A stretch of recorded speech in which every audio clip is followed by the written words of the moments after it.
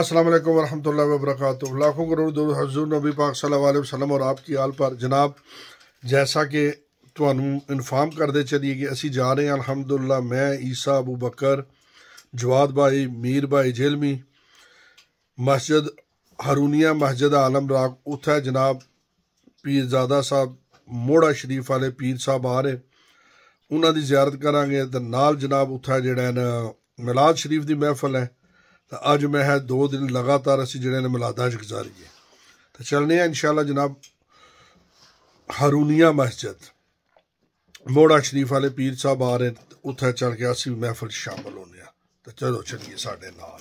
حضرت پیر ہارون رشید رحمت اللہ علیہ کی زیارت کی، پر آج ان کے شہزادے کو ان کے مسند پر بیٹھ کر جو ہی میں مسجد میں داخل ہوا تو واللہ مجھے پتہ نہیں چلا کہ خود پیر صاحب بیٹھے ہوئے ہیں یا ان کے نور نظر بیٹھے ہوئے ہیں۔ دیکھنے والوں کو پتہ ہی نہیں چل رہا، ارے 2 شکلیں ایک تصویر دیاں، نہیں ریساں گوہر پیر دیاں۔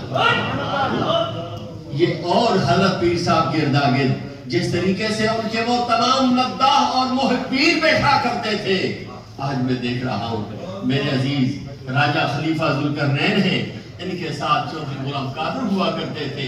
یہ بھری مجلس اور اللہ اکبر، حضرت پیر صاحب کا وجود کیا نافع وجود تھا۔ تقریر کرتا لیکن وقت یہ مجھے سمجھ میں ہے کہ ابھی دعا کا وقت بھی بالکل قریب ہے۔ آپ نے جو الحاج خلیفہ صوفی صفدر حسین کو اس مقام پر بٹھایا، کسی مسجد کا ایک حال ہوتا ہے، کسی کا 2 ہو، کسی کے زیادہ 3 حال۔ ادھر دیکھو تو اتنے حال اس مسجد کے، جس طرح تربوز ہونے ایک ذیل دے نال کئی تربوز لگے، ادھر ہے کہ 7-8 حال، اور ہر حال دوسرے سے خوبصورت ترین۔ اور موڑے والوں آپ کی کرامت پہ قربان جائے، کسی جگہ چندہ کرنے کے لیے بھی نہیں گئے۔ میں نے جب حال دیکھے تو میں نے کہا خلیفہ صاحب یہ آپ نے کہاں کا چندہ کیا، اتنا مال اور اتنا کام؟ کہنے لگے چندہ نہیں کیا، مجھے کسی نے بٹھایا ہے۔ کہو سبحان اللہ۔ پتہ چلا جو جسے بٹھاتے ہیں وہ صرف بٹھاتے ہی نہیں، وہ بٹھانے کا پہرا بھی دیا کرتے ہیں۔ قرآن کی آیت، بس بات ختم کر رہا ہوں، فرمایا اَمَّا الَّذِينَ ابْيَضَّتْ وُجُوهُهُمْ فَفِي رَحْمَةِ اللَّهِ۔ ہر چہرے کا ذکر نہیں، قُلُوبُهُمْ یہ علیحدہ مقام، اور یہاں پر فرمایا کچھ ایسے چہرے ہیں اَمَّا الَّذِينَ ابْيَضَّتْ وُجُوهُهُمْ، کوئی چہرے اللہ نے اتنے روشن بنائے، چہرے اتنے چمکائے، یا اللہ وہ چہرے روشن کیوں ہیں؟ فرمایا فَفِي رَحْمَةِ اللَّهِ۔ قال, it was narrated on the authority of Umar ibn al-Khattab radiyallahu ta'ala anhu, that a man approached the Prophet sallallahu alayhi wasallam and the Sahaba ikram, and he sat down with his legs crossed facing the Prophet sallallahu alayhi wasallam.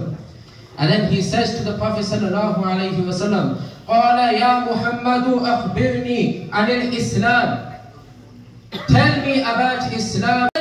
The person you will go to connect to Allah subhanahu wa ta'ala, Hazrat Pir Dr. Ghulam Ghoga Nazir Gaur rahimahullah. How lucky are we? How lucky are we? People travel miles to go Pakistan just to go and see them. Yet they have come all the way from Pakistan here in Birmingham into our own house to come, and so we can meet them here. And just quickly, within the next minute or two, I'm going to end off.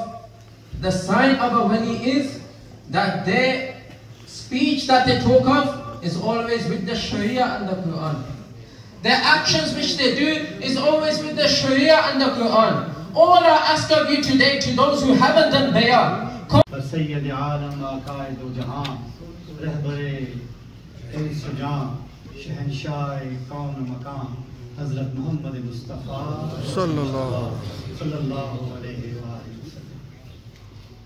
حاضرین محترم، انتہائی مختصر وقت کے لیے صرف اپنی حاضری لگانے کے لیے اس بابرکت محفل سے رحمتیں اور برکتیں سمیٹنے کے لیے آپ کے سامنے حاضر ہوا ہوں، ورنہ علماء نے جو باتیں کرنی تھی وہ کر دی. میں تو ایک طفل مکتب کے ایک طالب علم کی حیثیت بھی ان کے سامنے نہیں رکھتا. باتیں ساری ہو چکی ہیں، بس حاضری کی غرض سے آپ کے سامنے آیا. الحمدللہ اللہ تعالیٰ کا احسان ہے کہ مالک الملک نے ہمیں اپنی یاد کی توفیق اور موت عطا فرمائی. آمین. حاضرین محترم، آپ پر اور مجھ پر میرے رب کا بے پناہ احسان ہے کہ آج ہم یہاں پر غوث الامت حضرت خواجہ محمد قاسم بابا جی رحمۃ اللہ علیہ، غوث المعظم اعلیٰ حضرت الحاج پیر نذیر احمد سرکار مولی رحمۃ اللہ علیہ، غوث زمان قطب دوران شاہ غازی اعلیٰ حضرت الحاج پیر ہارون رشید رحمۃ اللہ علیہ کی یاد میں انہیں خراج تحسین پیش کرنے کے لیے جو محفل سجائی گئی ہے، اور ان سب باتوں سے بڑھ کر کہ میلاد مصطفیٰ صلی اللہ علیہ وسلم کی یہ جو محفل سجائی گئی اس میں ہم سب کو حاضری کی توفیق ملی. یہ اللہ تعالیٰ کی توفیق سے ہی یہ موقع نصیب ہوتی ہے. حاضرین محترم، انتہائی مختصر وقت کے لیے، کیونکہ مجھے احساس ہے کہ نماز میرے پاس خزانے کی کمی ہے. جو میرے پاس آتا ہے ایک دفعہ اسے نور کے دریا میں ڈبکی دے کر بھیج دیتا ہوں، پھر وہ سنبھال سکے نہ سنبھال سکے اس کا اپنا کام. اسی طرح وہ خدمت میں لگے رہے، بیٹھے رہے 80 سال اور پھر اس کے بعد اپنے صاحبزادے غوث المعظم سرکار مولوی کو یاغستان سے بلایا. جو لوگ مرشد کو اچھی طرح اتنا نہیں جانتے انہیں معلوم ہو کہ غوث المعظم سرکار مولوی رحمۃ اللہ علیہ کی ایک اسٹیٹ تھی یاغستان، جس کی سرحد ایک طرف سے سوات کو لگتی تھی اور دوسری طرف سے امدرمند کو.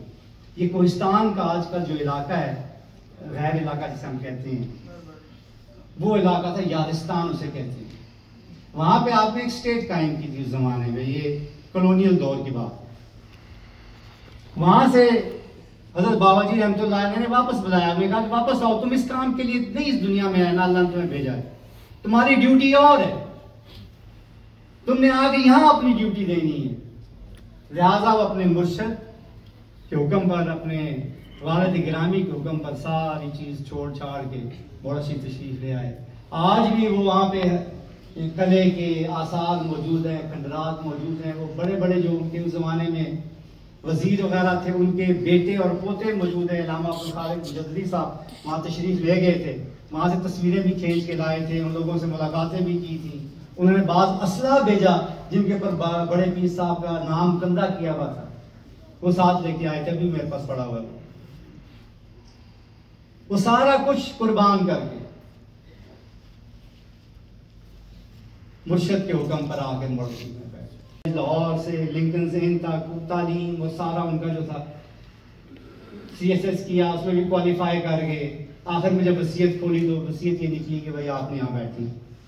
وہ سارا کچھ چھوڑ چھاڑ کے وہاں بیٹھ گئے. اور پیر صاحب نے کہا یہ سب کچھ میں نے تمہیں اس لیے پڑھایا ہے، تمہیں اس لیے اس قابل بنایا ہے کہ تم جب اس نوکری پر بیٹھو، اللہ کی اس مسند پر بیٹھو تو پیٹ کی خاطر نہ بیٹھو، اللہ کی رضا کی خاطر بیٹھو. تمہیں یہ معلوم ہو کہ میں دنیا کی بہترین سے بہترین جاب کر سکتا تھا، نوکری کر سکتا تھا، کام کر سکتا تھا، بزنس کر سکتا تھا، لیکن اللہ کی رضا کے لیے، اس کے حبیب کی محبت کے لیے ہر چیز چھوڑ کر ایک طرف کر کے یہاں بیٹھ گیا ہوں. اور اللہ نے اس کا انعام یہ دیا کہ اللہ تعالیٰ نے دنیا کی تمام نعمتیں میرے مرشد کے قدموں میں ڈھیر کر. سبحان اللہ. آج آپ دیکھیں وہی جنگل سے غنی پڑی، جنگل میں منگل کا دودھ، جو لوگ موڑا شریف گئے جو تھے.